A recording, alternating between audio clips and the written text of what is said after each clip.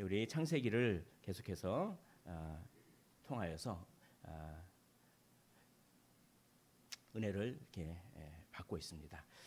12번째 시간 안식이라고 하는 제목으로 하나님의 말씀을 선포할 때 정말 이 말씀을 통하여 오늘 하나님께서 성령님께서 우리에게 원하시는 뜻을 발견하시고 그 뜻대로 살아가셨으면 참 좋겠습니다. 인간은 어떤 존재일까요? 내가 누구인지 말할 수 있는 자는 누구인가? 이게 대사예요. 대사. 연극 대본. 이게 햄릿의 리어 왕이 한 그 대사죠. 내가 누구인지 말할 수 있는 자는 누구인가? 좀 나에게 가르쳐줘 봐라. 그만큼 인간은 내가 누구인지 잘 모릅니다. 인간이 어떤 존재인지 내가 누구인지 잘 몰라요. 그러나 성경은 인간이 어떤 존재인지를 너무나도 분명하게 가르쳐주고 있습니다. 인간은 어떤 존재일까요? 인간은 하나님의 형상입니다. 하나님의 형상은 한마디로 사명을 받았다 이런 뜻이죠. 사명을 받은 존재다라고 하는 그런 뜻입니다. 사명을 받은 존재이므로 공동체적 존재입니다. 그러니까 사명을 받았는데 남자와 여자로 지음받아서 공동체를 통하여서 사명을 받는다 이런 뜻이죠. 두 번째, 사명을 감당하기 위해서 일하는 존재다 이런 뜻입니다. 세 번째, 사명을 감당하기 위해서는 서로 소통해야 됩니다. 그래서 영혼과 육체를 통하여 서로 소통하고 일하는 그런 존재다. 그리고 하나님을 갈망하는 존재다. 하나님을 갈망해야 하나님과 소통할 수 있기 때문에 그렇습니다. 이런 것들 다 정리하면 이렇게 정리할 수가 있죠. 인간은 하나님의 형상이다라고 하는 것은 정말 동료 인간과 소통하면서 그리고 하나님과 소통하면서 우리의 영혼과 육체로 하나님의 사명을 감당하는 그런 존재, 일하는 존재예요. 일하는 존재. 그것이 바로 하나님의 형상입니다. 그런데 하나님의 형상에는 이런 뜻만 있는 것이 아니라 또 다른 뜻도 있습니다. 그것은 바로 무엇이냐면 인간은 안식하는 존재다. 인간은 쉬는 존재입니다. 여러분, 쉬는 것이 하나님의 뜻입니다. 잘 쉬어야 됩니다. 일하는 것도 하나님의 뜻입니다. 잘 일해야 되죠. 그러니까 하나님의 이름을 높이기 위해서 일하는 것 하나님의 뜻입니다. 쉬는 것도요. 하나님의 이름을 높이기 위해서 쉴 수가 있어요. 하나님의 명예와 하나님의 영광을 위하여 우리는 잘 쉬어야 되는 것입니다. 우리 본문 창세기 2장 2절을 보시니까 하나님이 그가 하시던 일을 일곱째 날에 마치시니 그가 하시던 모든 일을 그치고 일곱째 날에 안식하시니라 이렇게 되어 있습니다. 마치신다, 그치신다. 피곤해 하셔서 그치셨습니까? 이거 내가 6일 동안 온 우주를 창조하느라고 아이고 힘들어 죽겠다. 뼈마디가 쑤신다. 하나님께서 뼈가 있으실지 모르겠지만 그렇죠. 그렇게 피곤하셔서 그치신 게 아니라 쉬신 게 아니라 완벽했기 때문에 그렇습니다. 완벽했기 때문에. 그래서 창세기 1장 31절에 이렇게 돼 있어요. 하나님이 지으신 그 모든 것을 보시니 보셨습니다. 다 지은 다음에 보셨어요. 이것은 만끽하는 거예요.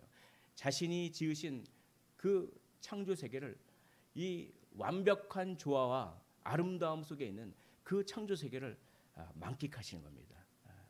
보시기에 심히 좋았더라 이렇게 되어 있죠. 그래서 어떤 분은 이걸 이렇게 해석하고 있습니다. 하나님은 친히 만드신 세계 위에 왕으로 등극하셔서 보좌 위에 앉으시고 자신이 이룬 업적을 만끽하신다. 이게 이제 안식이죠. 만끽하시는 거예요. 그러니까 6일 동안에는 이 세상에 이 땅에서 이것저것 만지시고 그러다가 이제는 이렇게 하늘에 왕의 보좌에 딱 앉으셔서 자신이 이룬 업적을 왕으로서 등극하셔서 만끽하시는 여기서 우리는 안식의 뜻을 알 수가 있습니다. 여러분 안식은 단지 쉬는 것이 아닙니다. 안식은 우리가 왕이 되는 걸 안식이라고 해요. 성경적 안식은 뭡니까? 우리가 뭐가 되는 거라고요? 우리가 왕이 되는 게 안식이에요. 그래서 안식은 우리가 왕으로 등극해서 최고의 행복을 누리는 것 그것이 바로 안식입니다. 우리가 왕이 되기 위하여 창조되었습니다. 물론 하나님의 통치를 받는 그런 왕이죠. 인간이 하나님의 형상으로서 하나님을 닮았다면 하나님의 일하심뿐만 아니라 하나님의 안식하심도 닮아야 됩니다. 하나님이 일하시는 분이죠. 하나님은 천지를 창조하신 분이죠. 그래서 우리가 하나님의 형상으로서 하나님을 닮았기 때문에 우리도 일해야 됩니다. 일하지 않으면 그는 하나님의 뜻을 어기는 거죠. 그러나 하나님은 동시에 안식하셨습니다. 그래서 우리가 하나님의 형상으로서 하나님을 닮았다면 우리도 쉬어야 됩니다. 그래서 일하는 존재요, 쉬는 존재다. 근데 쉬는 것이 뭐라고요? 왕이 된다. 이런 뜻입니다. 첫째 아담이 하나님의 형상을 보유한 것은 아무런 목적 없이 일하기 위함이 아니라 이 세상에서 자기 일을 마친 후에 새 창조로 들어가 왕위에 앉아서 왕으로 안식하기 위함이다. 아담의 운명이 바로 그런 겁니다. 아담의 운명은 새 창조로 들어가서 왕이 되어서 안식하기 위하여 첫째 아담을 그렇게 창조하셨어요. 여러분, 이런 질문을 한번 하신다면 어떻게 생각하십니까? 만약에 아담이 선악과를 따먹지 않았다, 그럼 어떤 일이 벌어질까요? 만약에 하나님께 받은 사명을 아담이 성공적으로 완수했다면 그럼 어떤 일이 벌어질까요? 신학자들은 아담의 칭이라고 하는 교리가 있어요. 좀 복잡하죠. 예수 그리스도의 사역을 잘 이해하기 위해서 이런 질문을 합니다. 어떻게 됐을까요? 그러면 이렇게 됐을 거예요. 아담이 우리는 존재했을까요? 우리는 존재했을까요? 존재했겠죠. 생육하고 번성하라 했으니까 존재했겠죠. 아이를 낳을 때 아무런 고통도 없이 아이도 잘 낳겠죠. 우리도 존재했겠죠. 많은 후손과 더불어 아담이 어떻게 됩니까? 새로워진 지구에서 새 하늘과 새 땅. 그러니까 하나님께서 예비해 놓으신 시간까지 임무를 성실하게 수행했다면 어느 순간에 처음 지어진 이 세상이 확 바뀌어요. 새 하늘과 새 땅으로 확 바뀝니다. 그리고 거기서 왕이 되어서 후손들과 함께 이렇게 안식하는 그거였습니다. 그게 첫째 아담을 창조한 목적이었죠. 그러나 첫째 아담이 실수를 하게 된 거죠. 죄를 저지른 거죠. 오늘 히브리서 2장 5절부터 7절은 시편 8편을 인용하면서 그런 아담의 운명을 이야기하고 있습니다. 하나님이 우리가 말하는 바 장차 올 세상을 벌써 처음 이 세상이 창조될 때부터 이 세상이 목적이 아니었어요. 이 세상을 창조할 때 이건 타락 전입니다. 세상이 타락하기 전에도 벌써 장차 올 세상을 염두에 뒀다고 하는 것입니다. 장차 올 세상을 천사들에게 복종하게 하심이 아니니라. 그렇죠. 장차 올 세상을 천사들이 다스리는 것이 하나님의 뜻이 아니었습니다. 그러면 누구입니까? 누가 이 장차 올 세상을 다스리는 것이 하나님의 뜻이었습니까? 사람이죠. 그거를 시인이 생각하고 아니 내가 뭔데 그렇게 내가 뭔데 이런 장차 올 세상을 내가 다스리게 하나님께서 나에게 이런 권력을 주시니까 내가 과연 무엇이간데 이렇게 시인이 감격해서 찬양하는 것을 히브리서 기자가 그렇게 인용하고 있어요. 사람이 무엇이기에 주께서 그를 생각하시며 인자가 무엇이기에 주께서 그를 돌보시나이까. 그를 잠시 동안 천사보다 못하게 하시며 그러나 궁극적으로는 어떻게 합니까? 사람이 천사를 다스리죠. 이 온 우주를 다스리죠. 영광과 존귀로 관을 씌우시며 라고 합니다. 아담의 운명은 처음 창조된 세상에 있는 것이 아니라 장차 올 세상에 새 하늘과 새 땅에서 다스리고 안식하는 것이 아담의 그런 운명이었습니다. 그게 우리의 운명이었죠. 그러나 바로 한 사람으로 말미암아 죄가 세상에 들어오고 죄로 말미암아 사망이 들어왔나니 이와 같이 모든 사람이 죄를 지었으므로 사망이 모든 사람에게 이르렀느니라. 아담이 선악과를 따먹음으로 말미암아 죄가 들어오고 모든 사람이 그렇게 죄를 지어서 이제 우리는 하나님의 의도했던 영광에 이르지 못하게 되었습니다. 안식을 잃어버리게 되었어요. 안식을 잃어버려서 나타나는 현상이 뭡니까? 여러분 염려, 걱정, 근심 생기시죠. 안식을 잃어버리셔서 그래요. 여러분 갑자기 뜻모를 두려움에 휩싸일 때도 있습니다. 내일이 어떻게 될지 불안하기도 합니다. 이게 다 뭡니까? 안식을 잃어버려서 그래요. 안식을 잃어버린 사망 권세가 나타나는 그런 증상입니다. 우리는 예수 그리스도로 말미암아 구원받았고 우리는 이미 안식을 회복했지만 여전히 죄성이 있어서 예수 믿는 우리에게도 이런 것들이 나오는 거죠. 아무튼 그렇게 안식을 잃어버렸어요. 그러나 한 범죄로 많은 사람이 정죄에 이른 것 같이 한 의로운 행위로 말미암아 주 예수 그리스도의 십자가 많은 사람이 의롭다 하심을 받았다.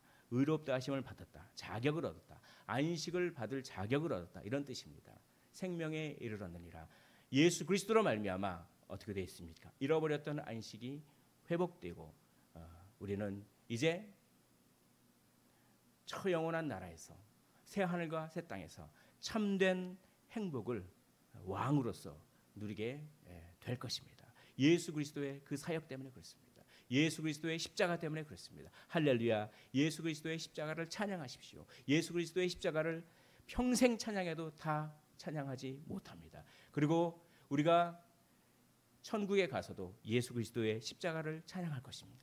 새 하늘과 새 땅에 가서도 영원히 우리는 무엇을 찬양합니까? 예수 그리스도의 십자가, 그분의 십자가가 나를 살렸네. 그분의 십자가가 나를 살렸네. 이렇게 우리는 찬양할 것입니다. 그렇게 예수 그리스도의 십자가를 찬양하는 인생이 되시기를 주의 이름으로 축원을 드립니다. 그런데 아직 기회가 남아 있어요.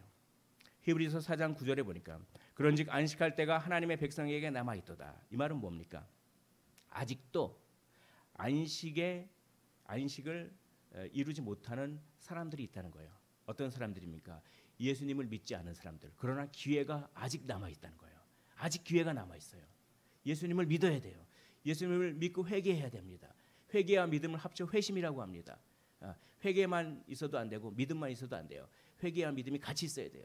회심해야 됩니다. 그래야 안식에 들어갈 수 있습니다. 아직 기회가 남아 있습니다. 그리고 예수님을 믿는다고 생각하는 사람은 끝까지 믿어야 돼요. 끝까지.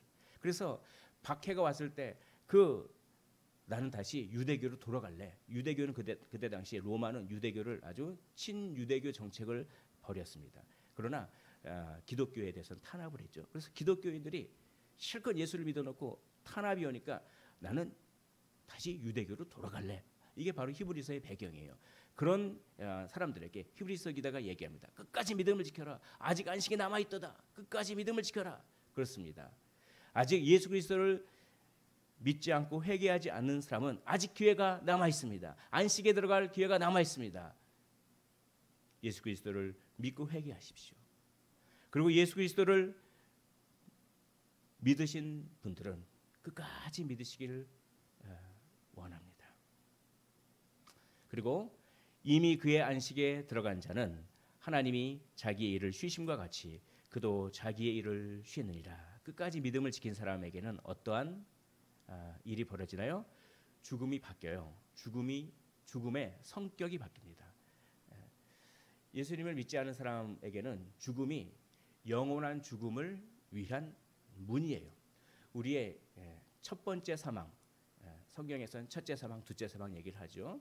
우리의 첫 번째 사망, 영혼과 육체가 분리되는 첫 번째 사망이 영원한 사망을 들어가는 하나의 문입니다. 그게 예수 안 믿는 사람의 죽음의 성격이에요. 그러나 예수를 믿는 사람, 끝까지 믿은 사람은 죽음의 성격이 바뀝니다. 우리의 첫째 사망은 영원한 생명을 위한 문으로 죽음이 바뀌는 거예요. 그래서 어떻게 됩니까? 하나님이 자기의 일을 쉬심과 같이 그도 끝까지 믿음을 지킨 그도 자기의 일을 쉬느니라. 자기의 일을 쉬는 거죠.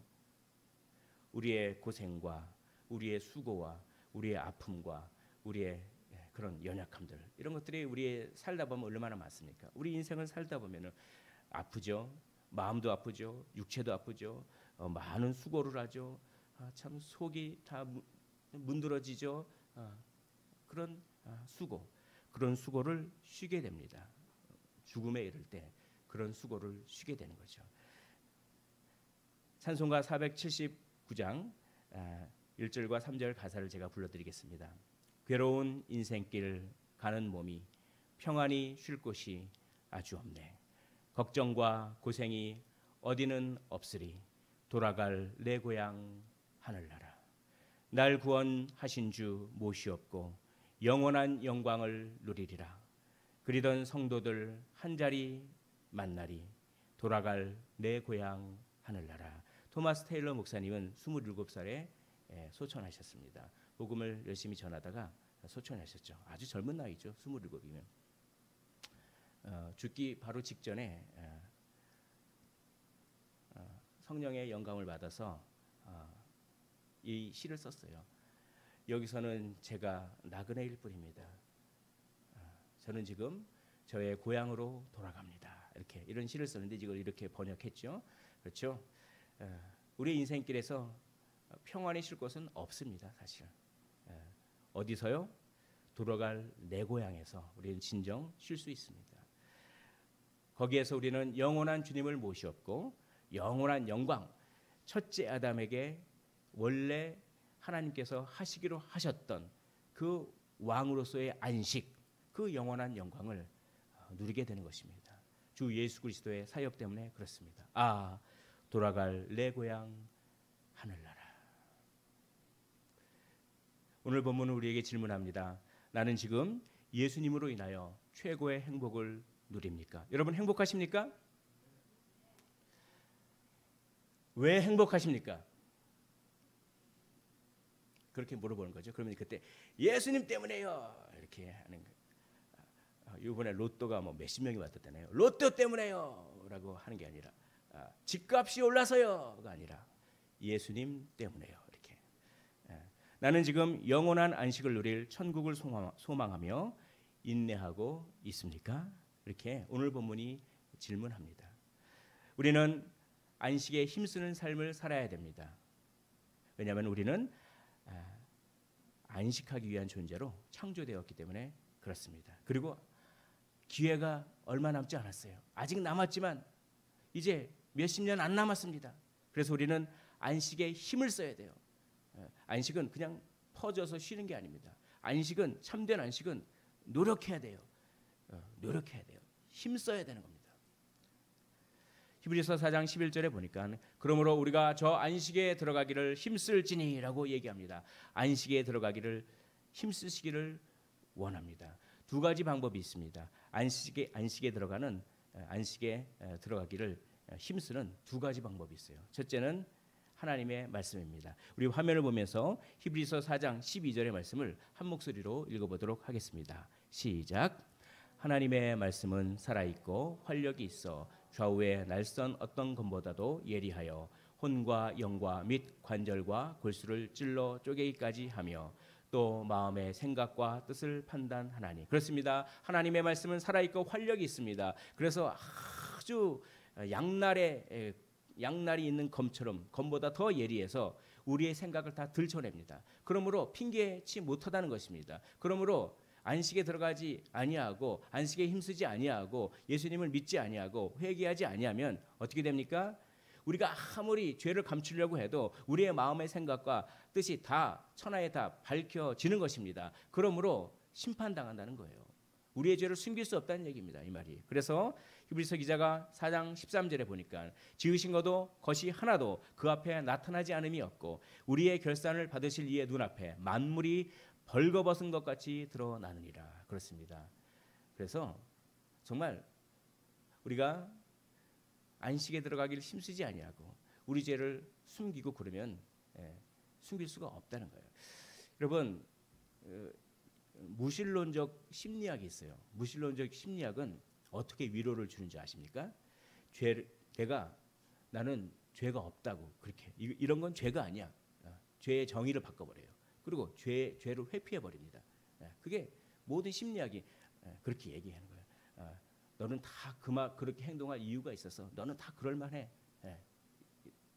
이게 위로를 줄 수 있고 여기에도 선한 것이 있을 수 있지만 이것은 궁극적인 해결책은 아닌 것이죠. 진정으로 우리가 안식을 누리려면 어떻게 돼야 됩니까?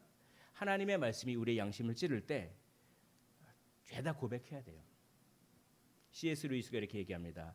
내 죄가 밝은 그 빛 속에서 드러나 버린 낭패스러운 상황에서 자신의 죄를 인정할 수밖에 없을 때에야 비로소 예수 그리스도의 십자가 대속이 나에게 복음으로 다가온다라고 합니다.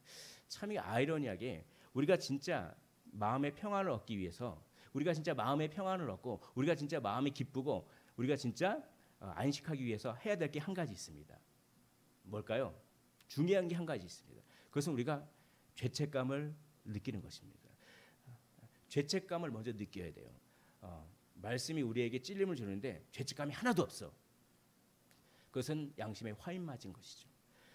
먼저 우리는 죄책감을 느낄 줄 알아야 됩니다. 잎새에 있는 바람에도 나는 괴로워했다라고 하는 시인의 시처럼 먼저 우리는 죄책감이 있어야 돼요. 그런 다음에 그 죄책감으로 말미암아 그 죄책감에 사로잡히면 안 돼요. 죄책감 다음에 그 다음에 십자가, 죄책감 다음에 십자가, 죄책감 다음에 십자가. 그러면 어떻게 됩니까? 이렇게 돼요. 하나님, 저는 이렇게 행동했습니다. 저는 이렇게 행동했습니다. 저는 이런 생각을 품었습니다. 제 마음은 이랬습니다. 제 마음은 이랬고 제 손과 발은 이랬습니다. 이렇게 자꾸 고백하는 겁니다. 그런 다음에 어떻게 합니까? 십자가를 의지합니다. 십자가를 의지합니다. 십자가 때문에 용서받았습니다. 십자가 때문에 용서받았습니다. 이것을 어떻게 합니까? 계속 하는 것이죠. 그러면 어떻게 됩니까? 그러면 그 죄책감으로부터 우리는 자유함을 얻고 정말 참된 안식, 죄로부터 해방되는 그 안식과 기쁨을 우리는 누릴 수 있다라고 하는 이 성경의 원리를 오늘 말씀드립니다. 여러분, 십자가를 의지할 때 심판의 칼이 수술칼로 변해요. 그래서 말씀이 양날의 검이 선 그 말씀이 정말 십자가를 의지하지 않으면 심판의 칼이 되어 우리를 심판하지만 십자가를 의지하는 순간 그것은 수술칼이 됩니다. 그래서 나의 아픈 부분을 보여주는 거죠. 하나님께. 하나님, 저 여기 수술해 주세요. 저 여기 아파요. 제가 이런 죄가 있습니다. 제가 이런 연약함이 있습니다. 자꾸 보여주는 거예요. 그러면 정말 명의죠. 명의 하나님께서 그 수술칼로 우리의 죄악의 암덩어리들을 탁탁 도려내기 시작합니다. 그래서 어떻게 됩니까? 우리는 마음의 안식을 얻게 되는 것이죠. 이것이 바로 성경적인 안식의 가장 핵심적인 것입니다. 그래서 우리 주님은 이렇게 말씀하셨죠. 수고하고 무거운 짐진 자들아 다 내게로 오라. 내가 너희를 쉬게 하리라. 여기서 무거운 짐은 무슨 짐을 말합니까? 여기서 말하는 무거운 짐은 율법의 짐을 말해요. 그 바리새인들이 자꾸 죄책감을 줬거든요. 사람들에게. 너 안식일인데 10m 걸어가면 안 되는데 너 몇 미터 걸어갔어? 하나 그랬죠. 그거는 성경에 있지도 않고 본인들의 전통인데. 그러니까 그냥 바리새인들이 자꾸 그냥 율법주의로 해가지고 어떻게 됩니까? 자꾸 율법의 무거운 짐을 그 일반 백성들에게 막 무거운 짐을 막 전가시키는 거예요. 그러면서 너 이거 안 했지, 너 이거 안 했지 막 그러면서 그때 우리 주님께서 말씀하시죠. 수고하고 무거운 짐, 율법의 짐, 죄책감의 짐을 진 자들아 다 내게로 오라. 내가 너희를 쉬게 하리라. 어떻게 해요? 내가 다 죄를 대신 받았다. 내가 죄를 대신 받았다. 내가 죄를 대신 받았다라고 하는 것을 통하여서 우리의 죄책감을 십자가를 의지하는 사람의 죄책감을 우리 주님께서 해방시켜 주시고 쉼을 주신다라고 하는 이 말씀을 의지하셨으면 좋겠습니다. 또 두 번째입니다. 우리가 안식을 위하여 힘을 써야 되는데 그것은 우리가 주의를 잘 지키는 거예요.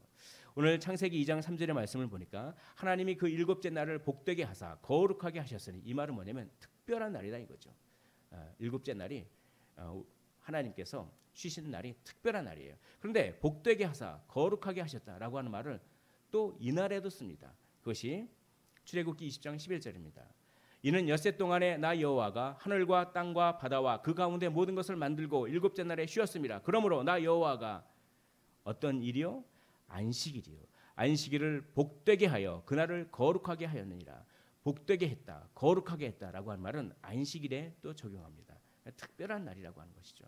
그런데 우리 주 예수 그리스도께서 부활하심으로 안식을 성취하셨습니다. 그러므로 이 구약의 안식일법이 다 폐기됐죠.